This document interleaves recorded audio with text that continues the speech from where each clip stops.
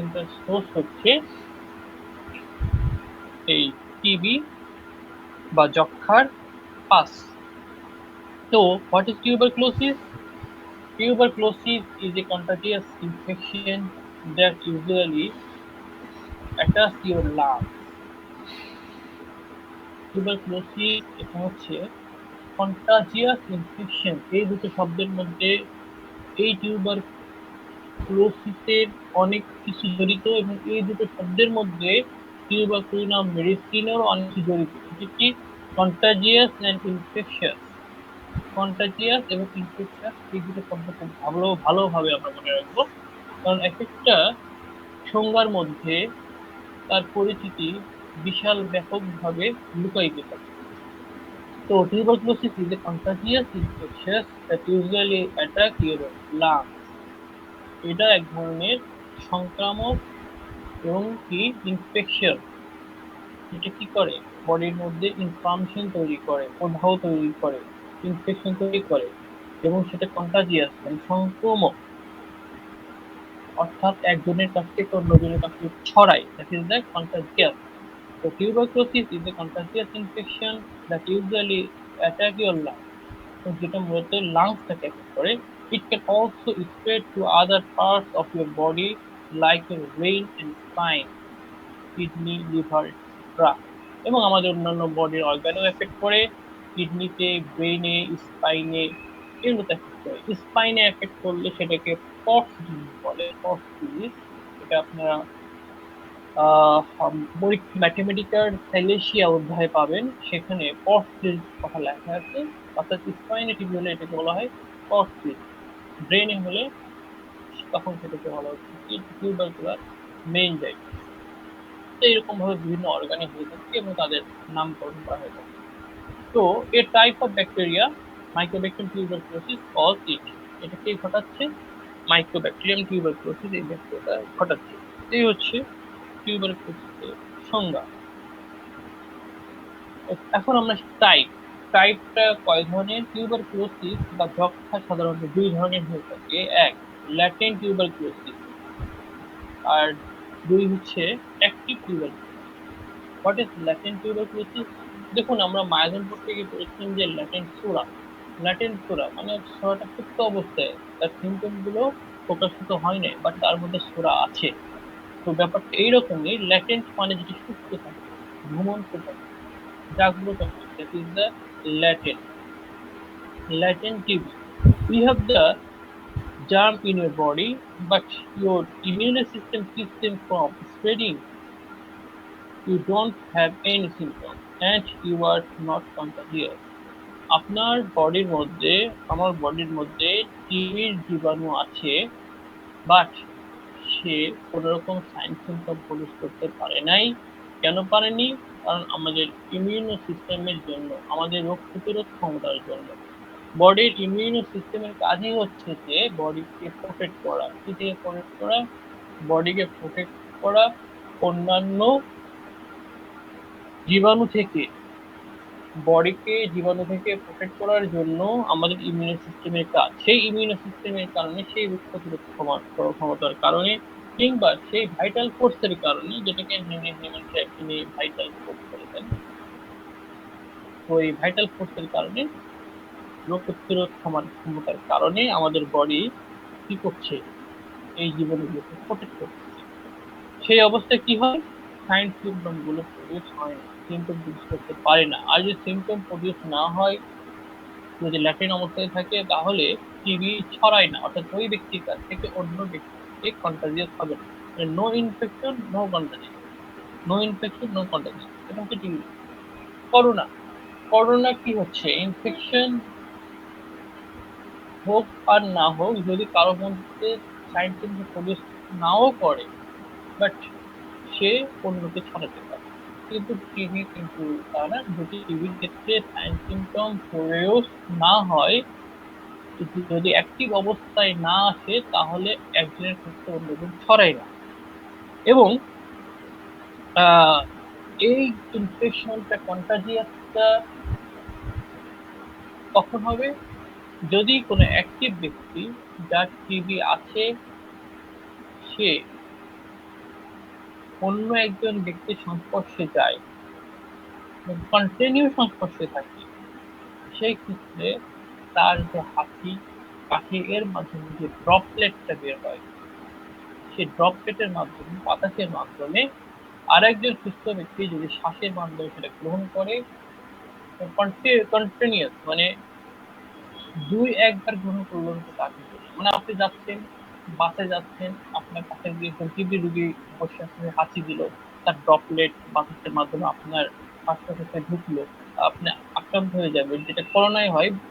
TB কিন্তু এরকম, TB যেটা হবে যে কন্টিনিউয়াস অনেকদিন পর্যন্ত যদি এক্সপোজ হয়, যেমন আপনি আপনার অফিসের যে কলিগ আছে আপনি তার মাধ্যমে ইনফেক্ট হতে পারেন, সবসময় সে আপনার পাশে থাকে, কিংবা আপনার বাসার যে মেম্বার যারা আছে তারা যদি এফেক্টেড হয়, সবসময় তার পাশে আপনি থাকেন, কন্টিনিউ এরকম ভাবে এফেক্টেড হলে বারবার ড্রপলেটটা শ্বাসের মাধ্যমে ঢুকলে তখন আপনার এফেক্ট হওয়ার সম্ভাবনা আছে।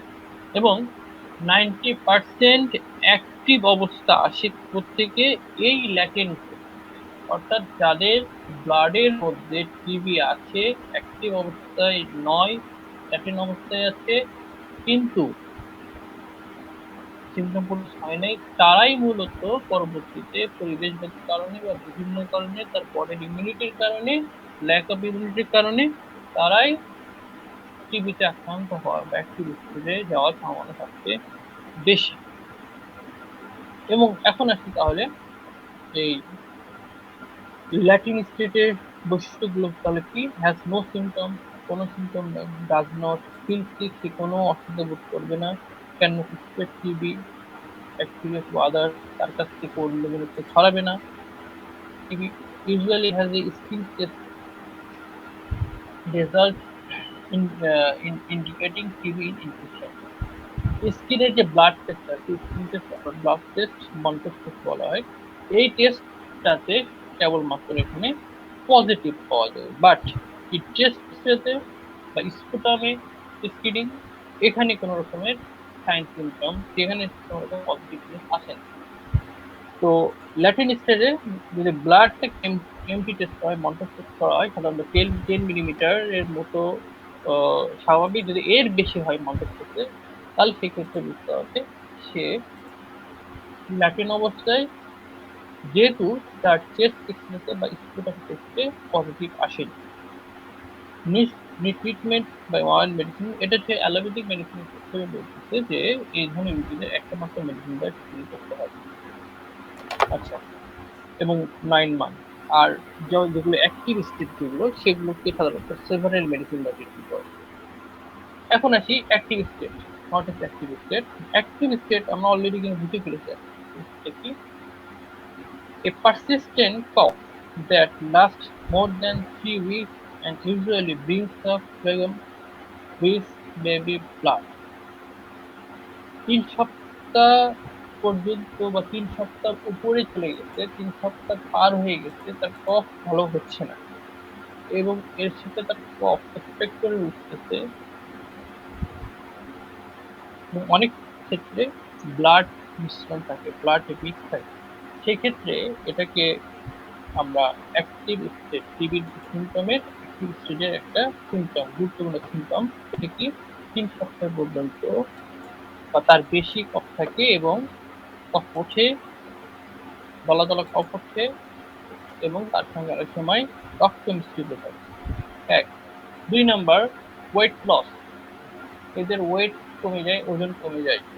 3 number, high temperature, night temperature, রাত্রে জ্বর আসে, নাইট টেম্পারেচার, রাত করে তাদের জ্বর আসে। নাইট সোয়েট, তাদের ঘাম হয় এবং হাই টেম্পারেচার হয়, তাদের তাপমাত্রা অত্যন্ত বেড়ে যায়, জ্বর আসে তাদের। তাহলে রাত করে ঘাম হয়, জ্বর আসে, ওয়েট লস হয়, টায়ার্ডনেস অ্যান্ড ফ্যাটিক, তারা অত্যন্ত দুর্বল হয়ে পড়ে, লস অফ অ্যাপেটাইট, তাদের ক্ষুধা চলে যায়, সোয়েলিং দ্য নেক, আমাদের যে ঘাড় আছে এই ঘাড়ের যে গ্ল্যান্ড গুলো আছে এই গ্ল্যান্ড গুলো ফুলে যায়। তাহলে কি হচ্ছে, অ্যাক্টিভ স্টেট যখন আসে তখন টিবির সাইন সিমটম গুলো প্রকাশ করে, যে সিমটম গুলো প্রকাশিত হলে আমরা যদি টেস্ট করে পাঠাবো, তা হচ্ছে যে 3 সপ্তাহের অধিক তার মধ্যে কাশি আছে এবং কাশির সাথে কফের সাথে ব্লাড ওঠে এবং তার সঙ্গে যেটা হয় তার ওজনটা কমে আসে, তাপমাত্রা বেড়ে যায়, জ্বর আসে, ঘামটা বেড়ে যায়, রাত্রেবেলা প্রচুর ঘাম হয় তার, সে অত্যন্ত দুর্বল হয়ে পড়ে, ক্লান্ত হয়ে পড়ে, তার ক্ষুধাহীনতা দেখা দেয় এবং তার গ্ল্যান্ড গুলো ফুলে যায়। আসলে এই যে গ্ল্যান্ড ফুলে যাচ্ছে, ঘাম হচ্ছে, এই বিষয়গুলো কিন্তু ইমিউনিটি রেসপন্স।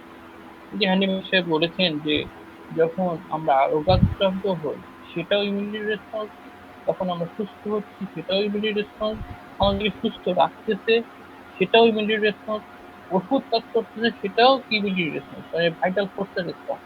এই সমস্ত বিষয় কিন্তু ইমিউনিটি নিয়ে বা ভাইটাল ফোর্স নিয়ে ক্রিয়াশীল। তো তাহলে আমরা কয়েকটা বিষয় মনে রাখবো, তা হচ্ছে 3 সপ্তাহ অধিক কাশি, weight loss, night sweat, high temperature, tiredness and fatigue, loss of appetite and swelling of the neck. এই কয়টা বিষয় আমরা মনে রাখবো। এই কয়টা বিষয়ের ভিত্তি করে আমাদের টিউবারকুলিনাম মেডিসিন থেকে আমরা এখন ইনশাআল্লাহ বোঝার চেষ্টা করব। তাহলে এখন আমি আসি আমাদের যে আজকে মূল আলোচনা টিউবারকুলিনাম। এই টিউবারকুলিনাম মেডিসিনটার বৈশিষ্ট্যটা কি, আমরা কিভাবে এটাকে প্র্যাকটিক্যালি প্রয়োগ করবো। যদিও আমরা বিষয়গুলো জানি, তারপর আমি চেষ্টা করব এটাকে ব্যাখ্যা করার, এটার সাথে রিলেশনশিপ রেখে, যে টিউবারকুলোসিসের সঙ্গে রিলেশনশিপ রেখে ব্যাখ্যা করার চেষ্টা করব। তাহলে আমরা আলোচনা শুরু করলাম টিউবারকুলিনাম। টিউবারকুলিনামের ক্ষেত্রে বলা হচ্ছে the proteinosis of Finke and Swan were prepared from a drop of pus obtained from pulmonary tubercular abscess or sputa। লাংসের যে টিবি, সেই টিবির থেকে কিংবা কফ থেকে, লাংসে টিবি হলে সেখানকার অ্যাবসেস থেকে বা পাস থেকে, এবং স্পুটা কফ থেকে, ওই ব্যক্তির কফ থেকে পাস নিয়ে সেখান থেকে টিউবারকুলিনাম মেডিসিনটা তৈরি করেছিল কি ফিঙ্কি অ্যান্ড সোয়ান। সেখান থেকে পোটেন্ট টেস্ট করেছিল। আচ্ছা, এবং কাদের ক্ষেত্রে আমরা এই মেডিসিনটা প্রয়োগ করব, কোন ধরনের কনস্টিটিউশন, বডি কনস্টিটিউশন কেমন হবে দেখতে, adapted to person of light complexion, blue eyes এবং ব্লন্ড প্রিফারেন্স, তারা দেখতে বেশ সুন্দর, টু ব্রুনেট। এরা দেখতে বেশ হালকা পাতলা হয়, চোখটা নীলাভ কালার বলেছে, এবং তারা সুন্দর দেখতে, এবং কি সুন্দর না বলেছে, blonde in preference two brunette, মানে তারা সুন্দর হতে পারে এবং শ্যাম বর্ণেরও হতে পারে। টল, স্লিম, ফ্ল্যাট, ন্যারো চেস্ট, তাদের চেস্টটা বেশ ন্যারো, সরু, এবং তারা বেশ লম্বা চড়া হয়, স্লিম হয়, ফ্ল্যাট এবং narrow chest. Active and precocious mentality, এরা হয় মানসিকভাবে অত্যন্ত অ্যাক্টিভ, খুব চটপটে, চঞ্চল, এই টাইপের। অ্যান্ড প্রিকশিয়াস মেন্টালিটি, অকালপক্বতা, অকালপক্বতা এই ধরনের শিশুদের মধ্যে দেখা যায় যে তারা খুব মেধাবী হয় এবং তারা খুব ফাঁকা ফাঁকা কথাবার্তা বলে, অকালপক্বতা তাদের মধ্যে দেখা দেয়। বাট উইক ফিজিক্যাল, শারীরিকভাবে এরা খুব দুর্বল বা অসুস্থ থাকে। এটা হচ্ছে টিউবারকুলার ডায়াগনোসিস। এখন আমি আপনাদেরকে একটা চিত্র দেখানোর চেষ্টা করি যে এখন টিউবারকুলার ডায়াগনোসিস আসলে কেমন। কিছুদিন আগে আমার কাছে পেশেন্ট এসেছিল এবং এই পেশেন্টটা একসময় টিবি আক্রান্ত ছিল।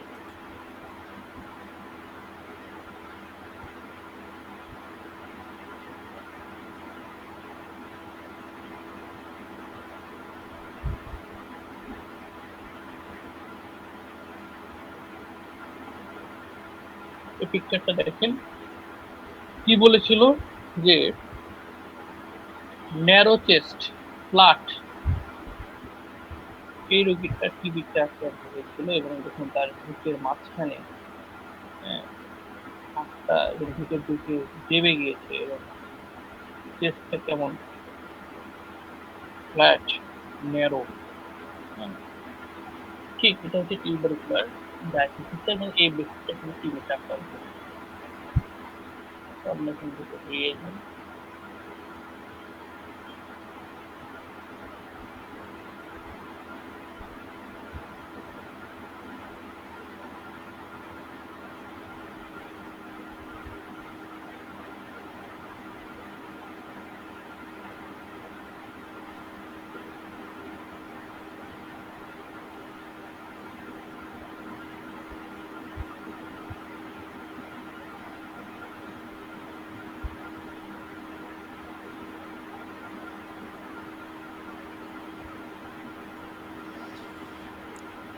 স্যার আপনার কথা শোনা যাচ্ছে না। আচ্ছা, এবার শোনা যাচ্ছে তো? জি স্যার। জি ওকে, তো এখন আমরা আসি টিউবারকুলার ডায়াগনোসিসটা কেমন হলো। এই ধরনের ব্যক্তিরা হবে কেমন হবে, তারা হবে বেশ লম্বা চড়া হবে এবং ন্যারো চেস্ট হবে, আর এরা মেন্টালি বেশ অ্যাক্টিভ এন্ড প্রিকশাস। নেক্সট যে বৈশিষ্ট্য আছে, when the family history of tubercular affections, the best selected remedies fail to relieve or permanently improve without reference to nature of disease. যদি এমন কোনো ব্যক্তি আছে যাদেরকে আমি ট্রিটমেন্ট করতেছি, লক্ষণ সাদৃশ্যে মেডিসিন দিয়েছি, বাট মেডিসিন পরিপূর্ণ কাজ করছে না, কিংবা ওই মেডিসিন কাজ করতে গিয়ে একটা পর্যায়ে গিয়ে আর এগোচ্ছে না, এ ধরনের কন্ডিশন এবং ফ্যাক্টরি দ্বারাই আর ফ্যামিলি হিস্ট্রিতে কিন্তু ওই ব্যক্তির হিস্ট্রিতে যদি আমরা টিবি পেয়ে থাকি, তাহলে কিন্তু সেক্ষেত্রে এই মেডিসিনটা প্রিফার করে। Symptoms: fever changing, ailments affecting one organ than another. এই সিমটম গুলো খুব চেঞ্জিং করে, এক অর্গান থেকে অন্য অর্গানে যায়। The lungs, brain, kidney, liver, stomach, nervous system, এই ধরনের ভাবে সিমটম গুলো দেখা যাচ্ছে। কিছুদিন তার কাশি আছে, সেখান থেকে সিমটমটা চেঞ্জ করে তার মস্তিষ্ক লক্ষণ দেখা দিল, বা সেখান থেকে সিমটমটা চেঞ্জ করে কিডনি এফেক্ট হলো, লিভারে গেল। তো তার সিমটম গুলো খুব চেঞ্জ করে। এই টিউবারকুলিনা পেশেন্টের সিমটম গুলো এক অর্গান থেকে অন্য অর্গানে খুব বেশি চেঞ্জ করে, শিফট করে। বিগিনিং সাডেনলি চিজের ঠান্ডা, খুব হঠাৎ করে শুরু হয়ে যায়, হঠাৎ করে আবার কি হয়, চিস্ট হয়ে যায়, চলে যায়। সেটা বেলেডোনার একটা লক্ষণ, কিন্তু বেলেডোনা আর টিউবারকুলিনামের গভীরতা অনেক পার্থক্য রয়েছে। Like spreading one person to another. দেখুন, টিবির বৈশিষ্ট্য ছিল একজন ব্যক্তি থেকে অন্যজন ব্যক্তিতে ছড়ায়, স্প্রেড আউট করে। আমি যেটা বলেছিলাম আপনাদের প্রথম মনে রাখতে, যে কন্টাজিয়াস ইনফেকশন, কন্টাজিয়াস ইনফেকশন দুটা শব্দ মনে রাখার কথা বলেছিলাম। কন্টাজিয়াস হচ্ছে কি ছড়ানো, একজন ব্যক্তি থেকে অন্যজন থেকে ছড়ানো, শিফট করা, মুভ করা, প্লেস চেঞ্জ করা। ঠিক একইভাবে এদের রোগ লক্ষণও দেখা যায়। এই সমস্ত পেশেন্টদের বডি সিমটমও দেখা যায় যে তাদের সিমটমটা একটা অর্গান থেকে অন্য একটা অর্গানে কি হচ্ছে, শিফট করতে, চেঞ্জেবল ক্যারেক্টার। যেমন তার রোগের চেঞ্জেবল ক্যারেক্টার, টিবির যেমন চেঞ্জেবল ক্যারেক্টার, তার স্প্রেড আউট হওয়ার চেঞ্জেবল ক্যারেক্টার, ঠিক একইভাবে টিউবারকুলিনাম মেডিসিনে এই ধরনের রোগীদের মধ্যে তার সিমটম গুলো এক অর্গান থেকে অন্য অর্গানে শিফট করে, চেঞ্জ করে। এবং যেমন ভাবে আমরা অ্যাক্টিভ স্টেজে পেয়েছিলাম যে ওয়েট লস, টিবির অ্যাক্টিভ স্টেজে পেয়েছিলাম ওয়েট লস, একইভাবে এই ধরনের ব্যক্তিদের কনস্টিটিউশনটা কেমন, লাইট কমপ্লেক্সন, হালকা পাতলা থাকবে, এবং কি চেস্টটা ন্যারো, ফ্ল্যাট, স্লিম। তাহলে আমরা এই দুটো বিষয়টা মিল পেলাম। এবং ইনফেকশনের কথা বলেছিলাম, যে ইনফেকশন কথাটা মনে রাখবেন। দেখুন, যাদের আগে ফ্যামিলি হিস্ট্রিতে টিবি ছিল বা ওই ব্যক্তি টিবিতে ইনফেক্টেড হয়েছিল, সেই সব ক্ষেত্রে আমরা রিডিওলজিটা চিন্তা করি।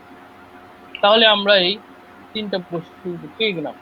এছাড়া takes cold easily without knowing how or when, seems to take cold every time he takes a breath of fresh air. একেবারে ফ্রেশ এয়ার, ঠান্ডা না গরম না, একেবারে ফ্রেশ এয়ার, এমন মুক্ত বাতাসেও তার ঠান্ডা লেগে যায়, খুব ঘন ঘন ঠান্ডা লেগে যায়। যেটা কিন্তু আমরা পড়েছিলাম যে টিভির বৈশিষ্ট্য হচ্ছে যে 3 সপ্তাহের অধিক তার কাশি লেগে থাকে, কাশি যায় না। এটা যদি আমরা মাথায় রাখি তাহলে তার এই ঠান্ডা লাগার প্রবণতাও কিন্তু আমরা এটার সঙ্গে মিলাতে পারি। এবং emaciation rapid and profound losing flash while eating health, খুব দ্রুততার সাথে তাদের কি শীঘ্রতা ঘটে, র্যাপিড এবং প্রচন্ড বেশি, এবং তারা ভালো খুব খায় দায়, খুব পুষ্টিকর খাবার খায় যাচ্ছে, কিন্তু তাদের শরীর হয় না, তাদের শরীরে গোস্ত লাগে না, তারা একেবারে জীর্ণ শীর্ণ হয়ে যায় এই ধরনের ব্যক্তিরা। যেটা আমরা পড়েছিলাম বৈশিষ্ট্যের মধ্যে, একটি বৈশিষ্ট্যের যে বৈশিষ্ট্য আমরা পড়েছিলাম যে weight loss, loss of appetite করেছিলাম, সেই বিষয়টা কিন্তু আমরা এই টিউবারকুলার মেডিসিনের মধ্যে পেয়ে গেলাম। As like it is highly infectious and contagious, the childhood of tuberculum affect suffer from recurring bronchitis and otitis media. এখন আমরা আসছি যে টিউবারকুলামের চাইল্ডটা কেমন, এবং এখান থেকে আমাদের একটা জার্নি শুরু হবে। টিউবারকুলামের চাইল্ডটা কেমন, চাইল্ড যখন অ্যাডাল্ট হয়ে যাবে তখন কেমন, এই জার্নিটা শুরু হবে আমাদের এখান থেকে। আপনারা বেশ মনোযোগ দিয়ে এটা অনুধাবন করবেন বলে আশা করছি। আসুন তাহলে জার্নিটা কেমন। Like it is highly infectious and contagious, যেহেতু এই টিভিটার বৈশিষ্ট্য হচ্ছে যে খুব বেশি infectious and contagious, the childhood of tuberculum suffers from recurring bronchitis and otitis media. টিউবারকুলামের শিশুরা একেবারে জন্মের পর থেকেই তারা ব্রঙ্কাইটিসে এফেক্ট হয়, ব্রঙ্কাইটিসে ভুগে, তাদের কাশি, তাদের শ্বাসকষ্ট, তাদের নিউমোনিয়া, এই ধরনের রোগে তারা সাফার করতে থাকে, এবং এর সঙ্গে কান পাকা রোগ, কান পাকা রোগ অটাইটিস মিডিয়া, হ্যাঁ, chronic suppurative otitis media, acute suppurative otitis media, এই কান পাকা রোগে সে ভুগতে থাকে। যেটা বলেছিলাম যে টিউবারকুলিনাম মানে হচ্ছে যে ইনফেকশন, হাইলি ইনফেকশন। এই ইনফেকশনটা ছোটবেলা থেকে, কোন ধরনের ইনফেকশন, ওই যে লাংস যেহেতু বেশি চুজ করেছে, যার জন্য ক্রনিক ব্রঙ্কাইটিস। হ্যাঁ, bronchitis is an infection of main airway of the lung called bronchi, causing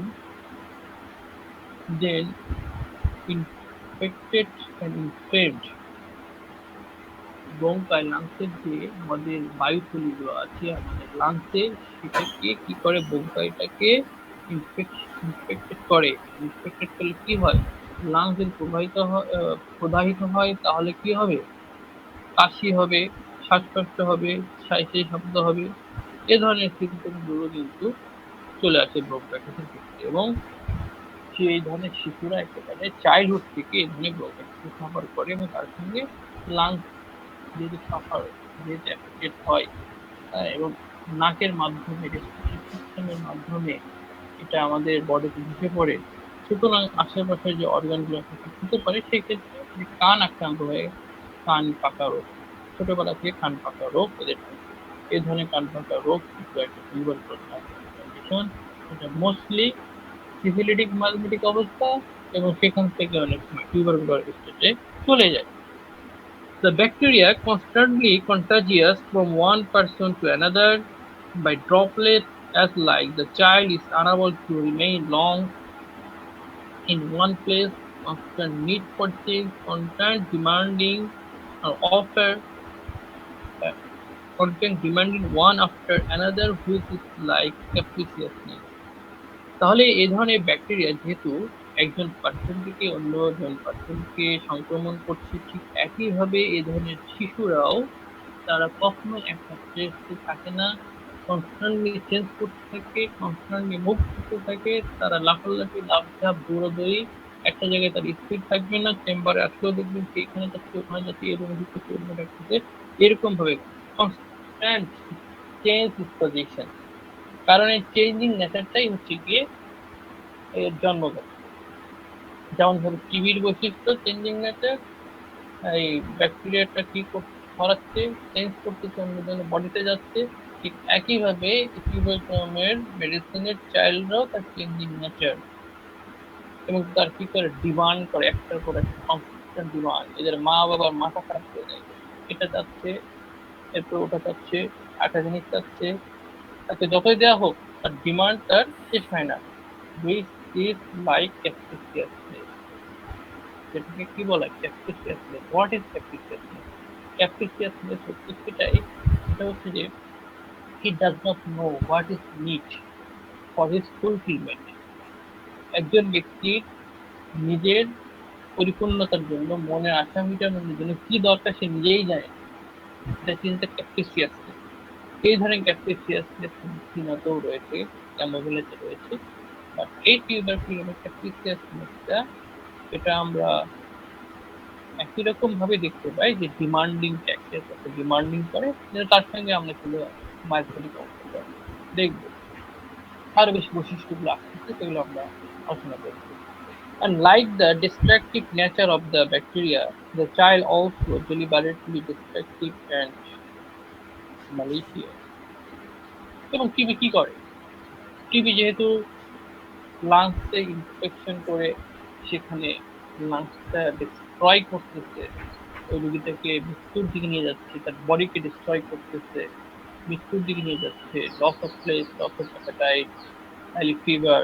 তার মানে কি? এটা ডিস্ট্রাকশন করতেছে। যার হয়েছে যক্ষা তার নাই রক্ষা, একটা স্লোগান ছিল। তো যেহেতু ডিস্ট্রাকশন করছে, ঠিক একইভাবে এই ধরনের শিশুরাও ডিস্ট্রাকটিভ নেচারের। কিরকম ডিস্ট্রাকটিভ নেচারে? কি করে তারা? তারা ব্রেক্স his mother's favorite ভাত right in front of her ignorantly. যদি তার মা কোনো বিষয়ে তাকে কি করে, তার বিরুদ্ধে কথাবার্তা বলে, শাসন করে, তাহলে সেক্ষেত্রে সে তার মায়ের সামনেই তার মায়ের প্রিয় জিনিসটা ভেঙে চুরমার করে দেবে।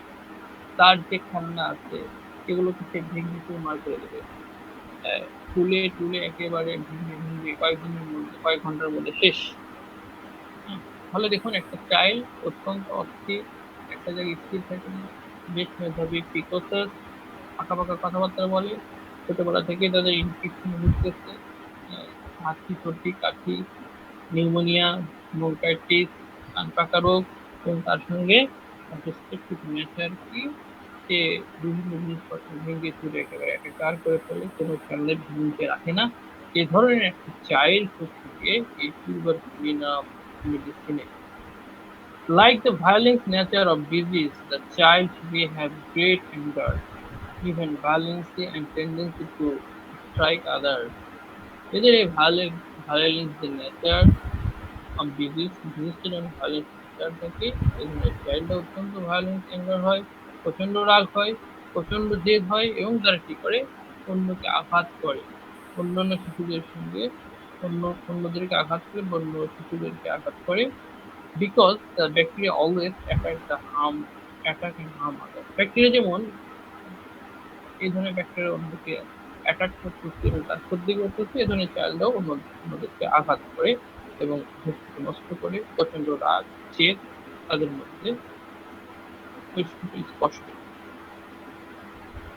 He don't care or indifferent to punishment or reprimand like the resistant to drug. এই ধরনের চাইল্ডরা, তাদেরকে যদি শাসন করা হয়, তাদেরকে যদি বকাঝকা দেওয়া হয়, গালিগালাজ করা হয়, তারা কোনো ধাতব্যের মধ্যে নেই। ড্যাম কেয়ার, এটা কোনো আমলেই নিয়ে আসে না, পরে যেই সেই। দেখুন, আমরা এর আগে মেডোরিনাম আলোচনা করেছিলাম, বলেছিলাম মেডোরিনামকে যদি মানসিকভাবে কষ্ট পেয়ে থাকে, মেডোরিনাম ফ্যামিলিগতভাবে সামহাও যদি তারা কষ্ট পেয়ে থাকে, তাহলে সে ফ্যামিলি ডিটাচড হয়ে যায়, কারণ সে খুব সেন্সিটিভ, খুব প্যাশনেট, এই ধরনের পেশেন্ট। কিন্তু টিউবারকুলিনাম এগুলোকে ড্যাম কেয়ার করতে হবে, সে ধাতব্যের মধ্যে নেই। আমি যেটাকে বলেছি যে লাইক দ্য রেজিস্ট্যান্স ড্রাগ, টিউবারকুলোসিসের পেশেন্ট, অনেক পেশেন্টের ক্ষেত্রে ড্রাগ রেজিস্ট্যান্স হয়ে যায়, ড্রাগটা কাজ করতে যায়। তো ঠিক একইভাবে এরা ওই রিপ্রিম্যান্ড বা পানিশমেন্ট রেজিস্ট্যান্স, তাদেরকে পানিশমেন্ট দিয়ে, শাস্তি দিয়ে, বকাঝকা করে, শাসন করে এদের কোনো লাভ হয় না। Also, this type of child may failure to কি development defect, mental retardation, and attention deficit disorder lead to hyperactivity. এই ধরনের বাচ্চাদের কি হয়? Failure to sleep. What is sleep? স্লিপটা হচ্ছে যে একটা শিশুর বেড়ে ওঠা শারীরিক এবং মানসিক ভাবে যে বিকাশ, সেটাকে স্লিপ বলা হয়। এই শারীরিক এবং মানসিক বিকাশের ক্ষেত্রে কি হয়? ফেইলিওর হয় শিশুদের, ডেভেলপমেন্টাল ডিফেক্ট হয়, মেন্টাল রিটার্ডেশন, মানসিকভাবে কি হচ্ছে প্রতিবন্ধিতা নিয়ে, and attention deficient disorder due to hyperactivity. এবং এদের কি কি হয়? একটা রোগ আমরা জানি যে রোগটার নাম attention deficiency disorder. Attention deficiency ডিসঅর্ডারটা কি? এই ধরনের বাচ্চারা যাদের মধ্যে অ্যাটেনশন ডিফিসিয়েন্সি ডিসঅর্ডার থাকে তারা অত্যন্ত চঞ্চল, অস্থির হয়, স্থির থাকে না। এবং এদের এই অ্যাটেনশন ডিফিসিয়েন্সির জন্য তাদের লার্নিং ক্যাপাসিটিটা খুব উইক হয়ে যায়, তারা কথা বলতে পারে না, বা যে বিহেভিয়ার গুলো, আচরণ গুলো স্বাভাবিক মানুষ শিক্ষা গ্রহণ করে, একটা বাচ্চা শিক্ষা গ্রহণ করবে তার ফ্যামিলি থেকে, তার মা বাবার কাছ থেকে, তার ডেভেলপমেন্টে, সে আচরণ গুলো সে শিক্ষা গ্রহণ করে না, কারণ সে মনোযোগ দেয় যে কে কিভাবে আচরণ করতে হবে, কিভাবে কথা বলতে হবে। এই জন্য এডিডি, অ্যাটেনশন ডিফিসিয়েন্সি ডিসঅর্ডার, এই রোগটাতে এই টিউবারকুলি নামের শিশুরা আক্রান্ত হয়। এ ধরনের শিশুদের আমরা বর্তমানে বেশ পেয়ে থাকি। অনেক মা বাবাই কিন্তু এই ধরনের শিশুদের ট্রিটমেন্ট করতে আসে। হ্যাঁ, মা বাবা বলে যে ডাক্তার ডায়াগনোসিস করেছে অ্যাটেনশন ডিফিসিয়েন্সি ডিসঅর্ডার বা এডিডি। কেন? কারণ দে আর হাইপার অ্যাক্টিভ, তারা টু মাচ হাইপার অ্যাক্টিভ, তারা অতিমাত্রায় তারা চঞ্চল, তাদের অ্যাটেনশন কম কোনো বিষয়ের প্রতি। Such type of mental retardation also cover autism, এবং এই ধরনের মানসিক যে প্রতিবন্ধিতা, রিটার্ডেশন, also cover autism, অটিজমকেও কভার করে। কেন কভার করে? কি জন্য? This kind of child mostly head banging nature, which is striking symptom of tuberculinum and common nature of autism. Autism মানে একটা কমন নেচার হচ্ছে যদি শিশু হেড ব্যাঙ্গিং করে। হেড ব্যাঙ্গিংটা কি? হেড ব্যাঙ্গিং হচ্ছে মাথাটাকে ওয়ালের সঙ্গে টাকানো, বা মাথাটাকে স্ট্রাইক করা ওয়ালের সঙ্গে, কিংবা ফ্লোরে স্ট্রাইক করা। এটা সাধারণত বাচ্চারা করে থাকে বাচ্চাদের যখন রেগে যায় বা জেদ করে, তখন করে থাকে। কিন্তু 3 বছরের পরেও যদি পারে বাচ্চা, 3 বছরের পরেও, কারণ 3 বছরের আগে যে বিষয়গুলো আছে, তার কথাবার্তার যে বিষয়গুলো বা চাহিদার বিষয়গুলো সে প্রকাশ করতে পারে না, তখন সে রেগে গিয়ে বা জেদ করে মাথাটাকে কি করে স্ট্রাইক করে। হ্যাঁ, যেটা আমরা ওই যে অ্যাঙ্গার ট্যান্ট্রাম পড়েছিলাম, যে স্বাভাবিক একটা ডেভেলপমেন্ট। কিন্তু এরপরেও যদি বাচ্চাটা এই ধরনের আচরণ করে, তখন সেটা কিন্তু স্বাভাবিক নয়। এ ধরনের স্ট্রাইকিং করা, হেডটাকে স্ট্রাইকিং করে, এবং আমরা কিন্তু টিউবারকুলি নামে এই গুরুত্বপূর্ণ বৈশিষ্ট্যদের পাশাপাশি পেয়েছি, যে striking head against the wall department কিন্তু পেয়েছি। এই ধরনের বৈশিষ্ট্য যে শিশুদের মধ্যে, তারা কিন্তু অটিস্টিক বেবির হতে পারে, সুতরাং এই বিষয়টা আমাদের মাথায় রাখতে হবে। এবং টিউবারকুলিনাম মেডিসিনের একটা গুরুত্বপূর্ণ সিমটম, সেটাতে হেড ব্যাঙ্গিং নেচার, এটা হেড ব্যাঙ্গিং নেচার হয়, যার জন্য এটা অটিজমকে কভার করে। একই সঙ্গে যেহেতু মেন্টাল রিটার্ডেশন হচ্ছে টিউবারকুলিনামের মধ্যে, সেই দৃষ্টিকোণ থেকেও অটিজমের উপরে টিউবারকুলিনাম মেডিসিনটার আরেকটা গুরুত্ব রয়েছে। তাহলে এডিডি চাইল্ড কিংবা এই ধরনের অটিজম চাইল্ড, এবং তাদের ঘন ঘন ঠান্ডা লাগার প্রবণতা, হাইলি অ্যালার্জিক বা সিএসওএম, ক্রনিক মিডিয়া, এই ধরনের চাইল্ড, দেখুন যেই ক্রনিক রোগগুলো সাধারণত আধুনিক চিকিৎসা বিজ্ঞানে সম্ভব হচ্ছে না, সেই ধরনের বিষয়গুলো কিন্তু আমরা টিউবারকুলিনাম মেডিসিনের মধ্যে পাচ্ছি, এবং এটা কিন্তু আমাদের একটা বিশাল opportunity. And another aspect of behavior, uh, and another aspect of tuberculosis is compulsive behavior or OCD, আরেকটা মানসিক ব্যাধি, অবসেসিভ কম্পালসিভ ডিসঅর্ডার, বর্তমানে অনেক রোগী যাতে সফর করতেছে। এটা কিন্তু একটা টিউবারকুলিনাম মেডিসিনের একটা গুরুত্বপূর্ণ দিক। This inner compulsion bound him to do something repeatedly, though known it, though known it. তার যেমন ধরুন, আমি কি করছি, আমি অফিস থেকে আমি বের হব, অফিস থেকে বের হব, আচ্ছা অফিস সব ঠিকঠাক আছে তো, ওকে ঠিকঠাক আছে, আমার যে অ্যাসিস্ট্যান্ট আছে ঠিকঠাক আছে।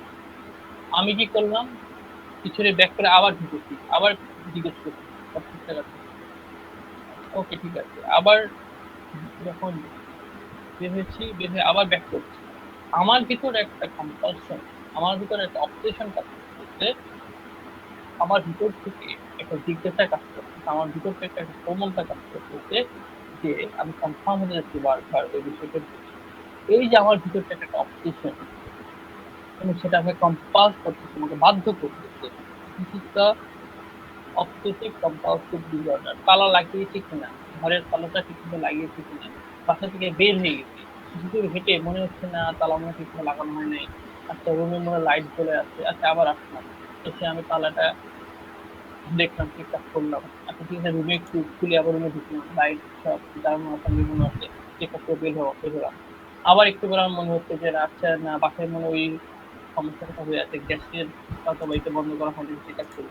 এই যে আমার ভিতরে এই ধরনের একটা অবসেশন কাজ করতেছে, this kind of obsessive compulsive disorder, এটা কিন্তু পিউবার্টি নামের আর একটা গুরুত্বপূর্ণ বৈশিষ্ট্য, বিভিন্ন পেশেন্ট কিন্তু আমাদের কাছে আমরা পেয়ে থাকি। তাহলে দেখুন বেশ গুরুত্বপূর্ণ মানসিক বৈশিষ্ট্য attention deficiency disorder, obsessive compulsive disorder বা ওসিডি এবং অটিজম, এটার উপর পিউবার্টি মেডিসিনের গুরুত্বপূর্ণ প্রভাব রয়েছে। The capricious nature of childhood also runs through the whole life.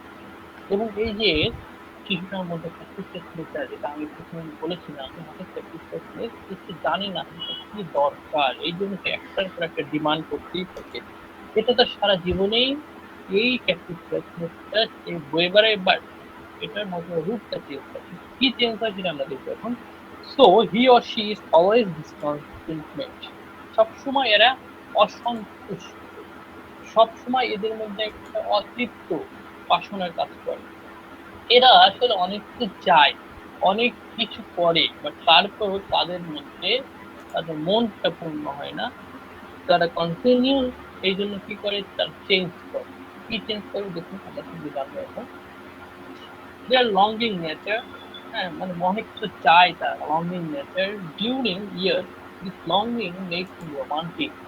এই যে তার ভিতরকার এই যে চাওয়া, এটাকে তাকে যখন সে ইয়াং হচ্ছে, যখন তার মনের মধ্যে রোমান্টিসিজম আসতেছে, এই রোমান্টিসিজমটা আরো বেড়ে যায়।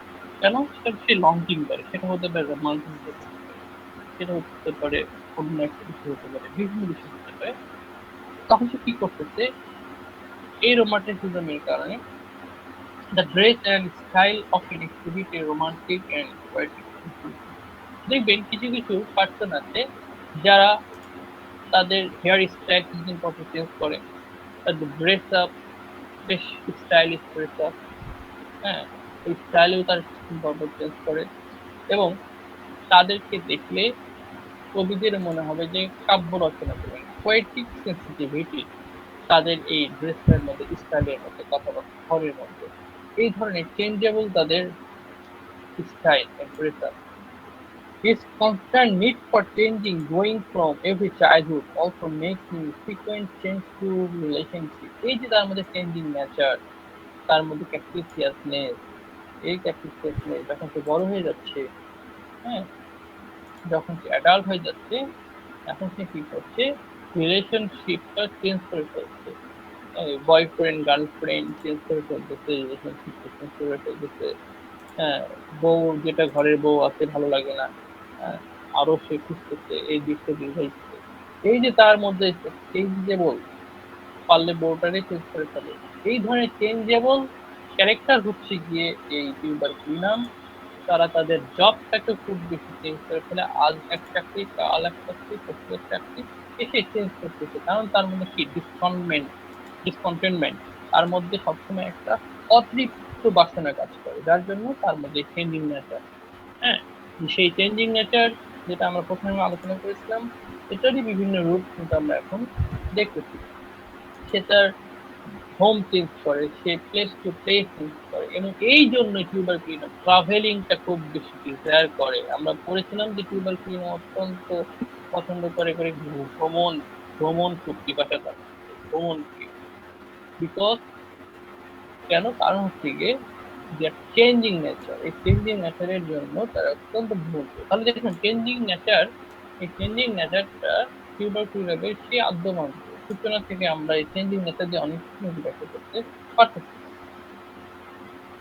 A constant need for change and travel, সে পরিবর্তন চাই এবং ট্রাভেল করতে চায়। সেই শিশুকাল থেকে শুরু করে তার রোগের চেঞ্জিং নেচার, শিশুকালের চেঞ্জিং নেচার, অ্যাডাল্টহুডের চেঞ্জিং নেচার, এইভাবে চলতে থাকে, শক্তি রূপান্তর হচ্ছে। In this constant dissatisfaction or capriciousness would make him frustration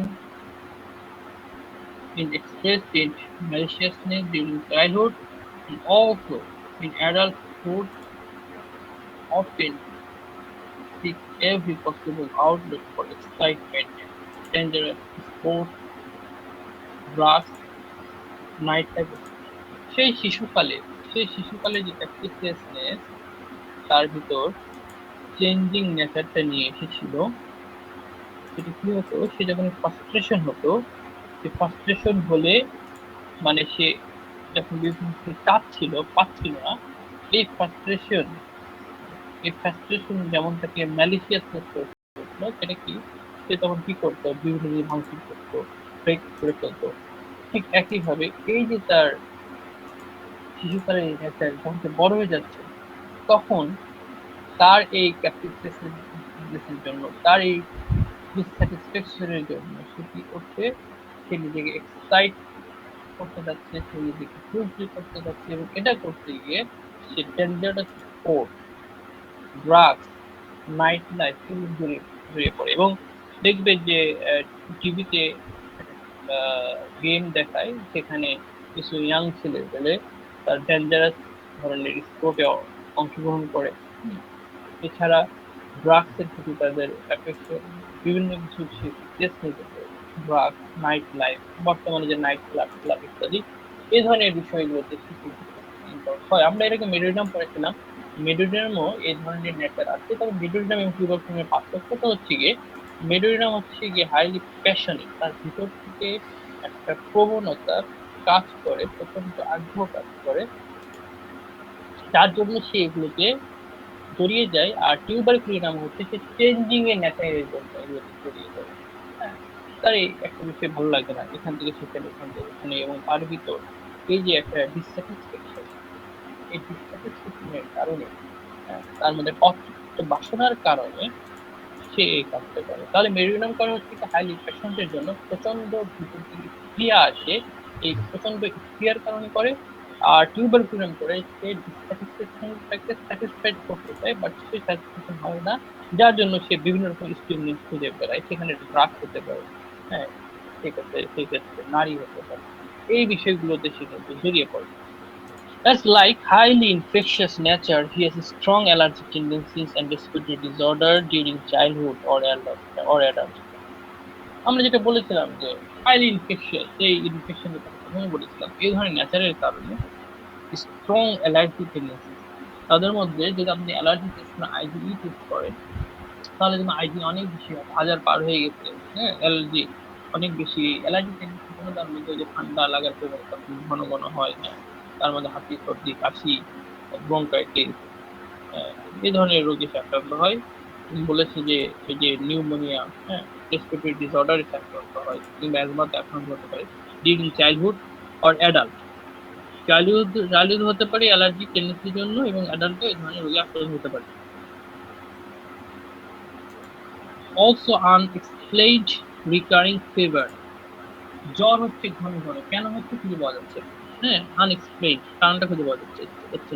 connective tissue disease and rheumatic condition are also among the most common disorder in tuberculosis. এবং তাদের মধ্যে কানেক্টিভ টিস্যু ডিজিজ দেখা দেয়, রিউমেটিক দেখা দেয়।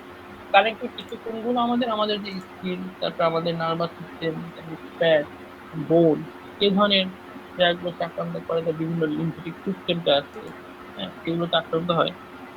এবং তার সঙ্গে কি হচ্ছে, টিউবারকুলিনামটা রিউমেটিক কন্ডিশন তৈরি করছে। রিউমেটিজম এখানে গুরুত্বপূর্ণ বিষয় আপনারা দেখবেন যে রাস্টকের যে সিমটম গুলো রিউমেটিজমের ক্ষেত্রে টিউবারকুলিনের সিমটম গুলো একেবারে সেম।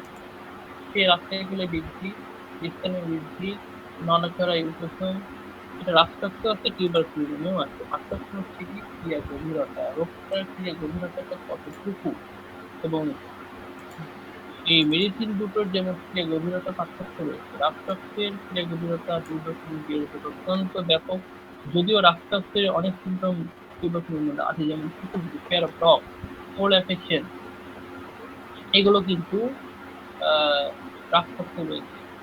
ঠিক একইভাবে টিউবারকুলিনের রয়েছে, কিন্তু ক্রিয়া গভীরতা দিয়ে দিক দিয়ে অনেক পার্থক্য। এই জন্য আমাদেরকে রোগ এবং রোগীর ক্রিয়া গভীরতাকে কিন্তু বুঝতে হবে, মেডিসিন গুলোর ক্রিয়া গভীরতা বুঝতে হবে, নইলে কিন্তু আমরা মেডিসিন নির্বাচন করতে ভুল করব, কিংবা মেডিসিন নির্বাচনের পর দেখবো যে ওষুধটা কিছু মানে অল্প একটু কাজ করে কিন্তু কাজ করছে না। এই বিষয়টা আমাদেরকে মাথায় রাখতে হবে। শুধুমাত্র সিমটম কিন্তু আমাদেরকে বুঝলে হবে না। তাহলে দেখুন, আমরা টিউবারকুলিনাম সম্পর্কে মোটামুটি এই বিষয়টিতে এতটুকু জানলাম, এবং এর মধ্যে কিন্তু অনেকগুলো বিষয় চলে এসছে, অলরেডি অনেকগুলো বিষয় চলে এসছে।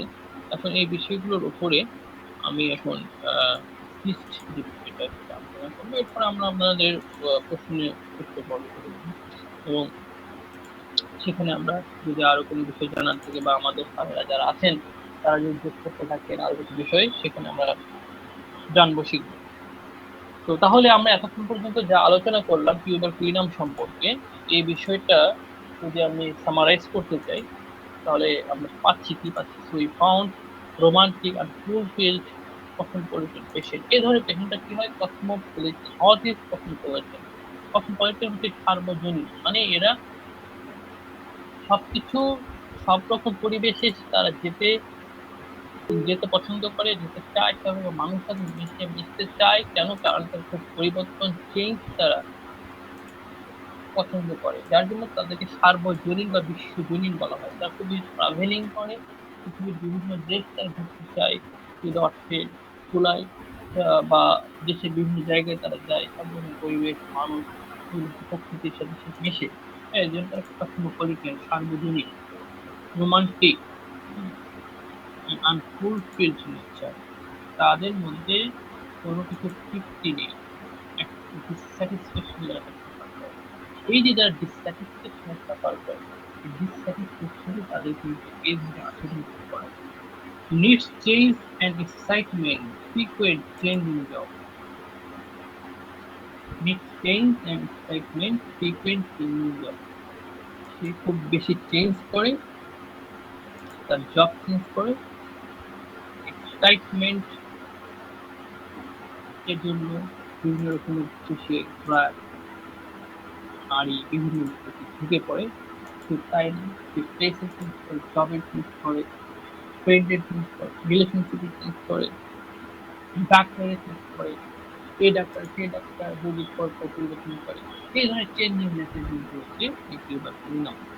Desire for travel, passionate about travel, খুব বেশি malicious behavior, break things, break others things, malicious destructiveness, হ্যাঁ, জিনিসপত্র ভাঙছে অন্যজনের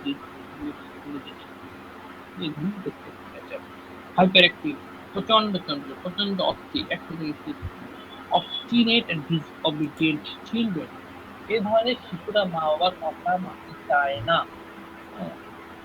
একটা রুব্রিক রয়েছে এরকম, যে মা বাবাকে তারা ডিসঅবে করে, obstinate, প্রচন্ড চিন্তা। কেয়ার ডগস এনিম্যাল, তাদের মধ্যে অ্যানিমেলের প্রচন্ড ভয়, বিশেষ করে কুকুর এবং বিড়ালের প্রতি। তারা পছন্দ করেন, খুব মাংস পছন্দ করে, দুধ পছন্দ করে, কিন্তু দুধে তাদের খুব অ্যালার্জি। যেহেতু এরা হাইলি অ্যালার্জিক পেশেন্ট, ব্লাডে তাদের অ্যালার্জি আইডি লেভেল অত্যন্ত বেশি, এবং তাদের কিন্তু মিল্ক খেলে নানা রকম সমস্যা হতে পারে, বা অ্যাবডোমিনাল কমপ্লেন হতে পারে, তাদের মিল্কে বেশ সমস্যা। ফ্রিকুয়েন্ট কোল্ড ফ্লু, বারবার ঠান্ডা লাগে, ঘন ঘন ঠান্ডা লাগে। নাইট সোয়েট, রাত্রেবেলা ঘাম, এটি কিন্তু টিউবারকুলোসিসের একটা লক্ষণ, রাত্রেবেলা ঘাম হয়। এবং এই রাতেবেলা ঘাম হওয়া শুধু টিউবারকুলোসিসের লক্ষণ না, টিউবারকুলার ডিজিজ যেগুলো, এই ধরনের ডিজিজের একটা গুরুত্বপূর্ণ লক্ষণ না রাতেবেলা ঘাম। এমনকি আপনার যে লিউকেমিয়া, এই লিউকেমিয়া হলেও কিন্তু রাতেবেলা ঘাম হয়। ইমাসিয়েশন ডিসপাইট ইটিং হ্যাভিলি, সে খুব খাচ্ছে যাচ্ছে ভালো, পুষ্টিকর খাবার খাচ্ছে, তারপরেও শুকিয়ে যাচ্ছে কেন? অ্যাবসর্পশন হচ্ছে না, metabolism problem. Bruxism, what is bruxism? Bruxism হচ্ছে বারবার একটা ভিতর থেকে প্রেরণা আসে যে মাড়িতে মাড়ি ঘষতে হবে। এই মাড়িতে মাড়ি ঘষতে ঘষতে দাঁতের মাড়ি ক্ষয় হয়ে যায়, দাঁত ক্ষয় হয়ে যায়, দাঁতের চোয়াল ব্যথা করে, মাড়ি ব্যথা করে, এই ধরনের অবস্থার সৃষ্টি হয়। এটা ব্রুক্সিজম, এটা ব্রুক্সিজম নার্ভাস সিস্টেমের প্রবলেম।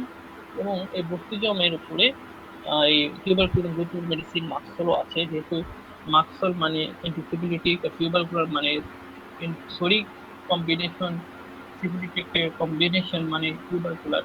হ্যাঁ, সেক্ষেত্রে এই ব্রুক্সিজমের উপর প্রভাব রয়েছে। কিছুদিন আগে একটা পেশেন্ট, উনি আমার ট্রিটমেন্টে এসেছিল, তো তার এই বুকসিজম প্রবলেম নিয়ে এসছে। তো আমি তাকে সিমটম অনুযায়ী আমি তাকে এমআরআই দিলাম, ব্রেনের এমআরআই। তিনবার ধরা পড়লো যে ব্রেনে কিছু নার্ভ ড্যামেজ হয়ে গেছে, ক্ষতি হয়ে গেছে। আমাদেরকে এই মানে রোগগুলোর পিছনে কারণটা কি, এটাও কিন্তু বিষয়গুলো বোঝা দরকার। Compulsive or angry head banging nature, যেটা বলেছিলাম যে এরা কি করে, রেগে গেলে মাথা টাকা দিয়ে থাকে, খুব জোরে জোরে মাথা টাকা দিয়ে থাকে, বলের problem. Adenopathy and hard glands of head and neck. Adenopathy কি, যখন গ্ল্যান্ড গুলো আক্রান্ত হয়, আমরা কিন্তু সেই টিউবারকুলোসিস বা টিবির বৈশিষ্ট্য কিন্তু পেয়েছিলাম একটি টিবির মধ্যে, যে গ্ল্যান্ড আক্রান্ত হয়। ঠিক একইভাবে টিউবারকুলার মেডিসিনেও গ্ল্যান্ড আক্রান্ত হবে, গ্ল্যান্ডটা শক্ত হয়ে যায়, বিশেষ করে নেকের গ্ল্যান্ড। এখন এই লিম্ফ অ্যাডিনোপ্যাথি বিভিন্ন ডিজিজের কারণে হতে পারে, এমনি একটা ইনফেকশন হতে পারে, ক্যান্সারের কারণে হতে পারে, নন হটকিন লিম্ফোমা, হটকিন লিম্ফোমা হতে পারে, তারপর লিউকেমিয়ার ক্ষেত্রে হতে পারে। আসলে বিভিন্ন কারণে কিন্তু এই ধরনের লিম্ফোমা আক্রান্ত হতে পারে, কারণ এটা একটা ইমিউনো রেসপন্সের ব্যাপার সেটা।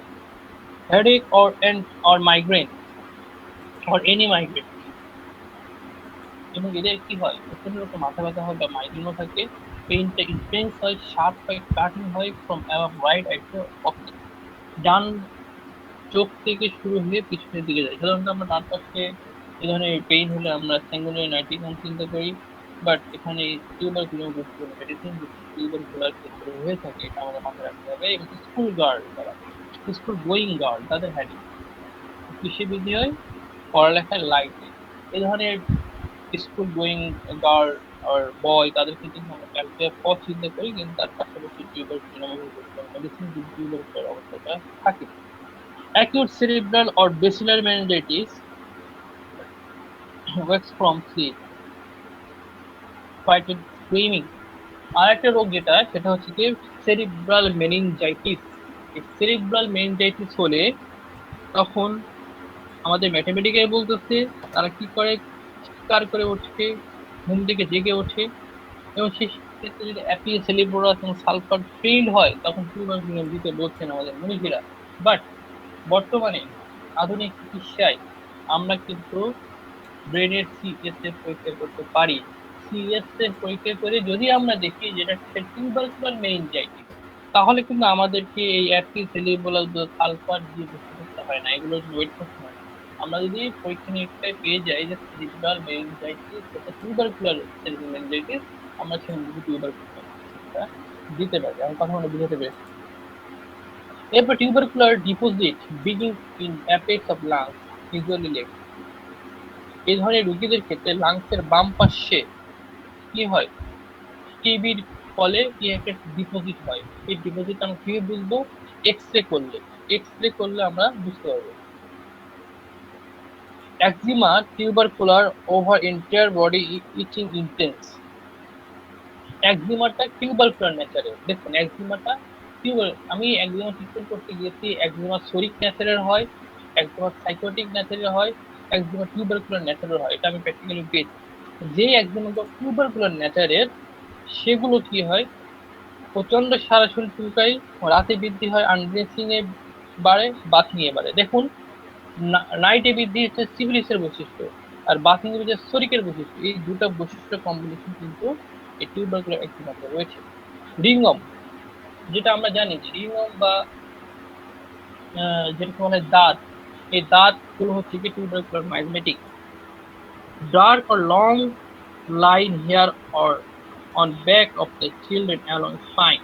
এই ধরনের পেশেন্টদের ক্ষেত্রে, তাদের শিশুদের ক্ষেত্রে পেছনের দিকে, পিঠের পিছনের দিকে স্পাইন রয়েছে, স্পাইনের দুপাশে স্কিনের লম্বা লোমের একটা আভাস দেখা যায়। এরকম একটা পেশেন্ট পেয়েছিলাম, যে পেশেন্টটা একটা ক্রনিক রোগে সাফার করছিল। ক্রনিক রোগটা হচ্ছে হাইড্রোনাইটিস সাপোর্টিভা।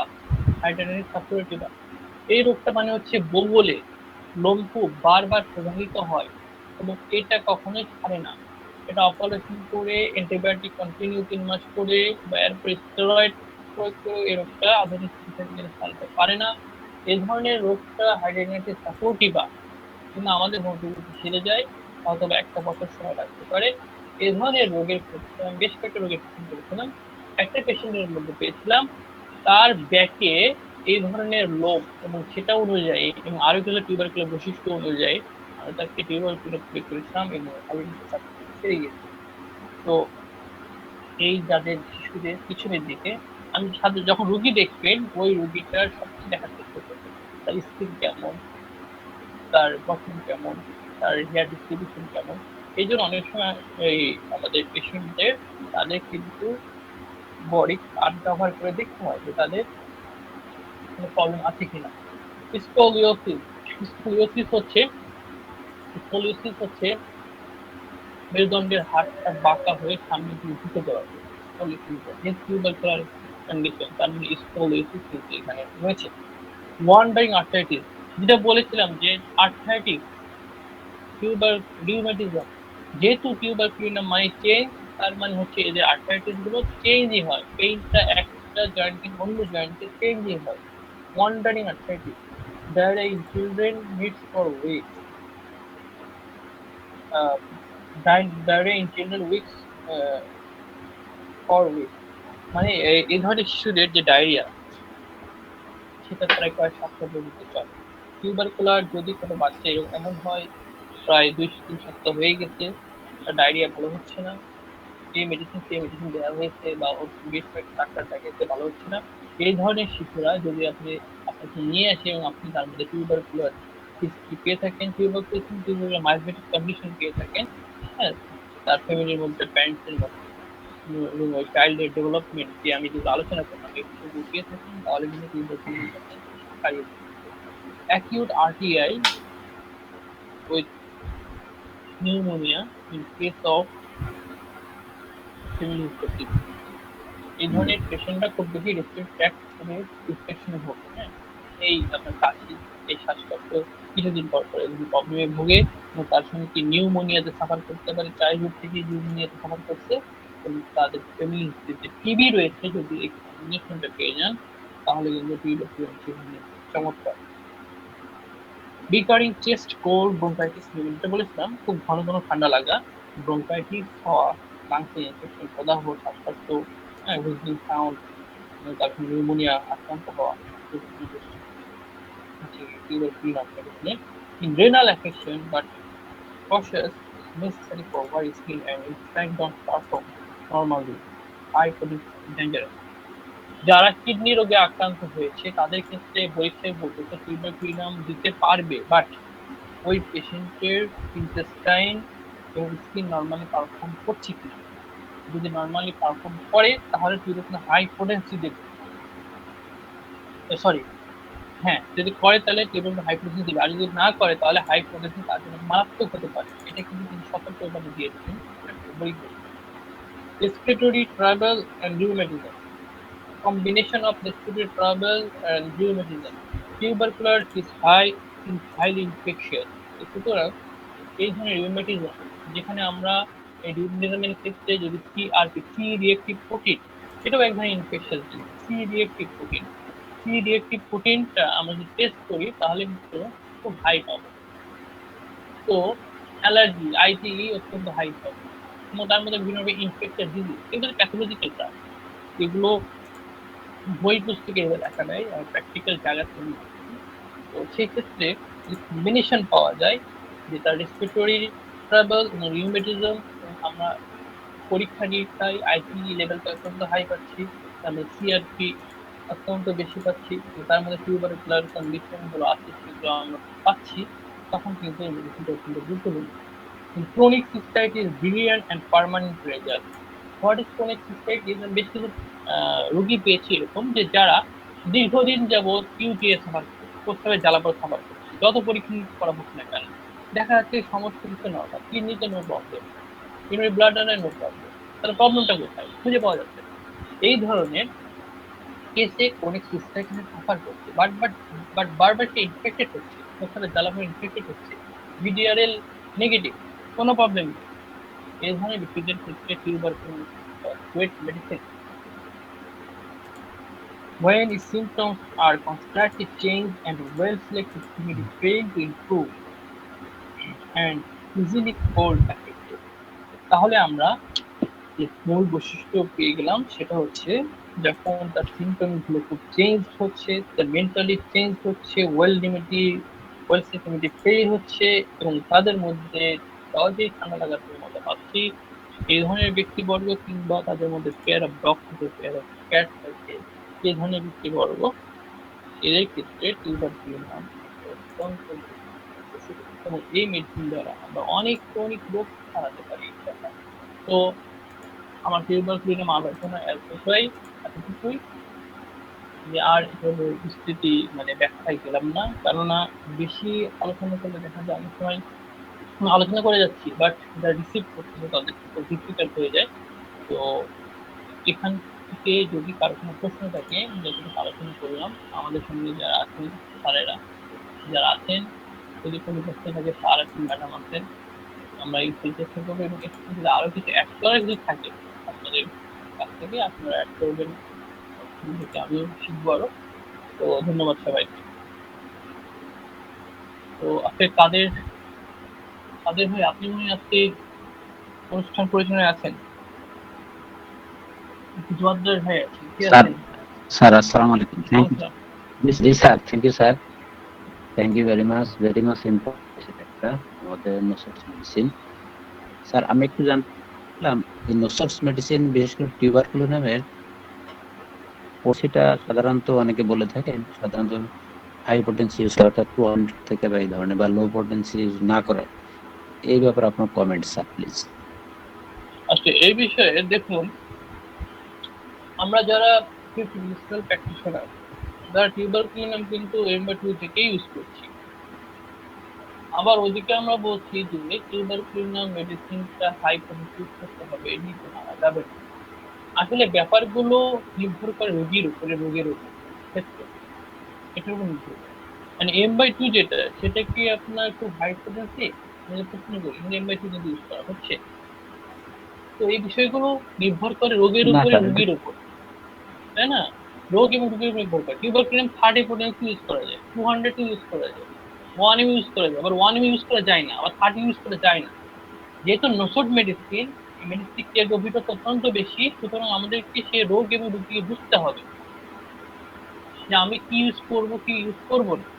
এই জন্য সতর্কতাটা এই জন্যই আর কি, আর কিছু না। কিন্তু একবার ইউজ করা যায় না এই কথাটা বললে আসলে ভুল হবে। Sir thank you sir. Sir কাল একটা পোস্ট দিয়েছিলেন মনে হয় আপনি, কাল বা পরশু। স্যার পোস্টটার জন্য আপনাকে ধন্যবাদ স্যার।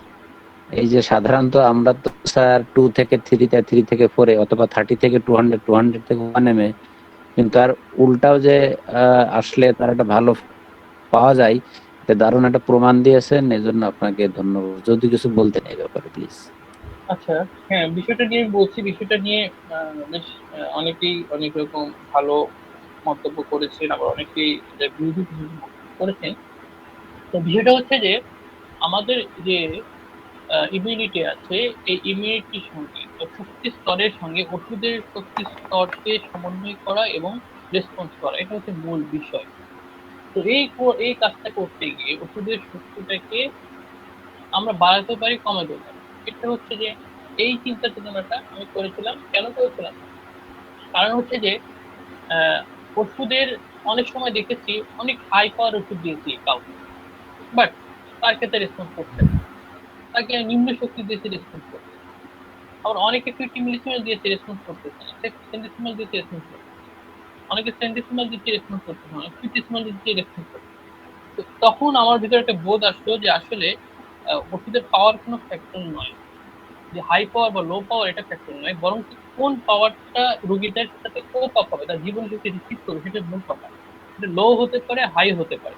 তো সেই অনুযায়ী যেহেতু আমি ওই রুগীকে আমি উদাহরণ দিয়েছিলাম, 3টা রুগী উদাহরণ দিয়েছিলাম, যে একটা রুগী ছিল, সে সাফার করতেছিল হার্নিয়াতে প্রিমেচুয়ার ইজাকুলেশনে সাফার করতেছিল ওই পেশেন্টটা। যেহেতু পেশেন্টটা ছিল, সে ব্যাংকে চাকরি করতো, ব্যাংকার ছিল, মেন্টাল পরিশ্রম করতো, ইন্টেলেকচুয়াল, তার মানে তার জন্য আমি হাই ফ্রিকুয়েন্সি সিলেকশন করেছিলাম। 1M দিয়েছিলাম, লাইকোপোডিয়াম 1M দিয়েছিলাম সিম্পটোমেটিক।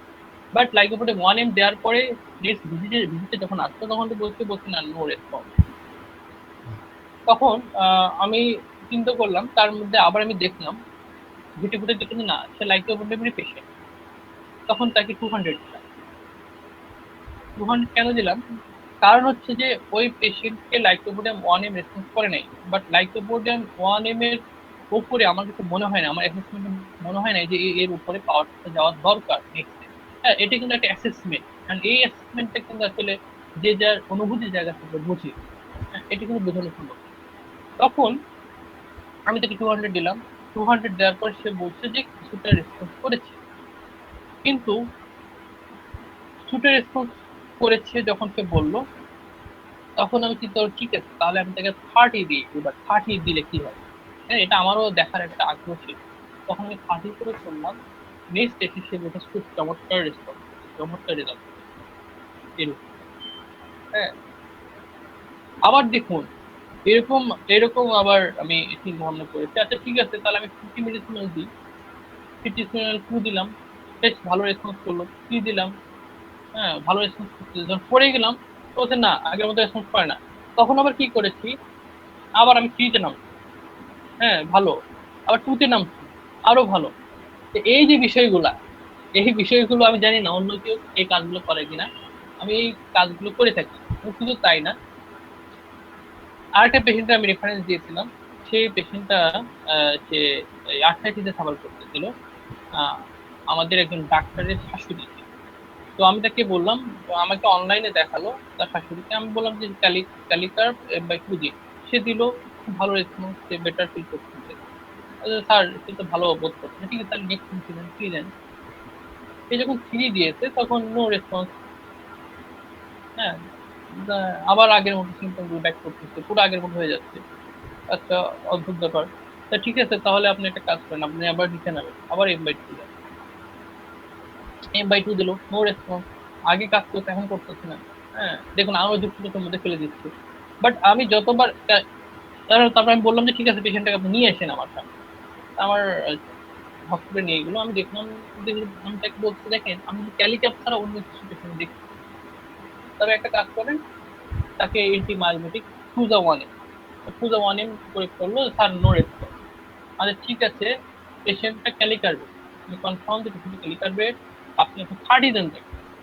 যখন 30 পরিস্থিতি প্রয়োগ করছে, তখন চমৎকার রেসপন্স এবং ব্যথা চলে গেছে। দেখুন, মানে এই জায়গাটা যে একটা পেশেন্ট যে ওই মেডিসিনের কিনা, এই জায়গাটা যদি আমরা কনফার্ম হতে না পারি, তাহলে কিন্তু এই পোটেন্সিটাকে আমরা ইউজ করতে পারবো না। এখন অনেকে বলতেছে যে হ্যাঁ, 33 শুরু করলেই হতো, যে 30 দিব, 200 দিব, তারপর 1M দিব।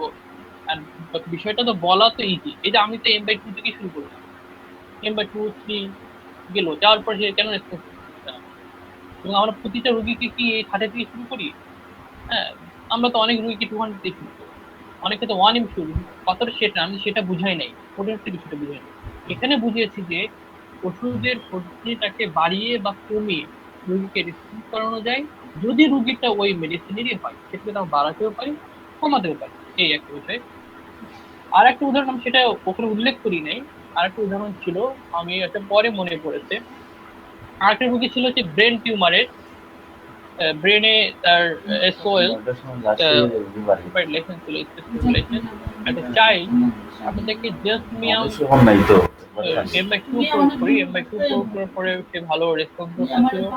হ্যাঁ, M/3 যখন প্রয়োগ করি তখন তার কিছু সিমটম চলে গেল, তার হেডেকটা চলে গেল, বাট ফিভারটা কমছিল না, জ্বরটা কমছিল না। তখন রুগী আমাকে কল দিচ্ছে এই অবস্থা। আমি রুগীকে দেখে বুঝলাম, দেখে আবার অ্যানালাইসিস করে বুঝলাম যে না, রুগী পরিপূর্ণ জেলসারি রুগী। তখন আমি করলাম কি জেলস 200 দিলাম। যখন 200 প্রয়োগ করলাম তখন তার জ্বরটা চলে গেল, সাবসাইড হয়ে গেল। তাহলে দেখুন যে আসলে পোটেন্সি মানে যে আমরা যে পোটেন্সিটা নির্বাচন করেছি রুগীর ক্ষেত্রে, ওই পোটেন্সি যে একেবারে পারফেক্ট ওটাই শুধু কাজ করবে, ওটা ছাড়া অন্য পোটেন্সি আমরা চিন্তা করতে পারবো না, এই চিন্তা চেতনাটা আমাদের ঠিক নয়। বরঞ্চ আমরা কি করে ফেলি, নবীনরা অনেক সময় করে ফেলে যে ঠিক আছে ওষুধ কাজ করে না, তাহলে এই ওষুধ হবে না, অন্য ওষুধ হবে। এটা চিন্তা না করে বরং আমরা চিন্তা করি, আমার চিন্তা করা উচিত যে আমি যে ভাইটাল ফোর্সটাকে রিয়েক্ট করতে যাচ্ছি, যে ভাইটাল ফোর্সের সাথে আমি সংযোগ স্থাপন করতে যাচ্ছি, সে আমি যে পরিস্থিতিটা নির্বাচন করেছি সেটাকে সে একটা রিয়েক্ট করতে যাচ্ছে। কেননা আমাদের স্বাভাবিক যে কিছু থিওরি আছে, নলেজ আছে, সেটার সঙ্গে যে সবসময় সবকিছু মিলে যাবে এমন কিছু না। এই জন্য ওই ওষুধটাকে ঠিক রেখে পোটেন্সিটাকে বাড়িয়ে বা কমিয়ে আমাদেরকে দেখে নেওয়া উচিত যে আসলে কেন রেসপন্স করতেছে না, রিয়াক্ট করতেছে না, এই বিষয়টাকে অবশ্যই ভাবা উচিত। এটা করতে পারলে আমাদের কিন্তু এই ফেইলের হারটা কমে যায়। হ্যাঁ, একটা বিষয় হচ্ছে আপনি যদি মেডিসিন নির্বাচনের ক্ষেত্রে আত্মবিশ্বাসী থাকে যে এই মেডিসিনের পেশেন্ট রোগীটা, সেক্ষেত্রে আপনার পরবর্তী প্রেসক্রিপশন খুব ইজি হয়ে যায়, সেক্ষেত্রে পরবর্তী প্রেসক্রিপশন খুব একটা বেগ পেতে হয় না। হ্যাঁ, বাট যদি কনফিউশন থাকেন যে মেডিসিনে কি না নাকি অন্য কিছু হতে পারে, হ্যাঁ, বিশেষ করে যারা মাল্টিপল মেডিসিন যারা ইউজ করে তাদের সাথে আরো ঝামেলা সৃষ্টি হয়ে যায়। এই ধরনের বিষয়গুলো কিন্তু বেশ হার্মফুল, অনেক ক্ষেত্রে রুগীরও ক্ষতি হয়ে যায়, প্রোক্রাস্টিনেশন হয়, রুগী অন্যত্র চলে যায়, যার জন্য হোমিওপ্যাথি বদনাম হয়। সুতরাং আমাদের এই জিনিসটা মাথায় রাখতে হবে যে ওষুধ নির্বাচনের ক্ষেত্রে আমরা প্রথম যে ফার্স্টে যে ওষুধটা নির্বাচন করব সেটা যাতে করে ঠিক হয়। যদি আমি রুগীটাকে না বুঝি তাহলে আমি বলে দিব যে আচ্ছা আপনি পরে আসেন বা আমি পরে দেখব। আমি এই কাজটা করি, আমি নিজে ব্যক্তিগতভাবে এই কাজটা করি। যদি আমি কোনো রুগীকে না বুঝি, অনেক রুগী দেখতে হয়, ঠিক আছে আপনি বসেন, আমি কিছুক্ষণ পরে আপনাকে দেখব, কিংবা বলি যে আপনি পরে আসেন, কিংবা একটু মানে ফিক্স করতে হয়, আমি একটা পরীক্ষা দিয়ে দিলাম যে আপনি পরীক্ষাটা করে পরে আসেন। আসলে এগুলো আপনি প্র্যাকটিস করতে গিয়ে বিষয়গুলো আপনাকে করতে হবে, বাট আমাদেরকে আত্মবিশ্বাসের সাথে এবং অনেস্টলি মেডিসিন নির্বাচন করতে হবে, সততার সাথে। হ্যাঁ, রোগীটা এই মেডিসিনের পেশেন্ট, যদি এই জায়গাটা আমরা স্থির থাকতে পারি, স্টেবল থাকতে পারি, তাহলে আমাদের আরোগ্যের হার অত্যন্ত বেড়ে যাবে। আর এই জায়গাটাকে যদি আমি স্টেবল না থাকতে পারি, আমি না বুঝি যে আমার মেডিসিনটা কি কাজ করবে করবে না, কতটুকু কাজ করবে করবে না, কোন মেডিসিন কতটুকু সাজাতে পারবো না। হ্যাঁ, যেমন লাইপোমার কেসগুলো, লাইপোমার কেসগুলোতে কিন্তু আসলে ম্যাক্সিমাম ক্ষেত্রে এগুলোতে রেসপন্স করা যায় না, কারণ লাইপোমা আসলে বডি প্রোডাক্টের ক্ষতিও করে না, শুধু একটা চর্বি জমা হয়ে থাকে। যার জন্য এখন এই লাইপোমার ক্ষেত্রে যদি আপনি 1 ঘন্টা 1.5 ঘন্টা যাবো যদি আপনি এসএসটি নেন, আপনার সময়টা খুবই কম। আমাকে কেউ এটাও বুঝতে হবে যে কোন কেসগুলোকে আমি কিভাবে হ্যান্ডেলিং করবো, কিভাবে সারাবো। হ্যাঁ, এই বিষয়গুলো কিন্তু আমাদের বুঝতে হবে। সেই অনুযায়ী আমাদের চললে আশা করি ইনশাল্লাহ সঠিক নির্বাচন হবে এবং করতে হবে। তো থ্যাংক ইউ স্যার। জি স্যার, থ্যাংক ইউ স্যার। আপনি আসলে একেবারে প্র্যাকটিক্যাল কিছু এক্সপিরিয়েন্স আমাদের সাথে শেয়ার করেছেন যা আমাদের জন্য ভেরি মাচ হেল্পফুল হবে আই থিঙ্ক।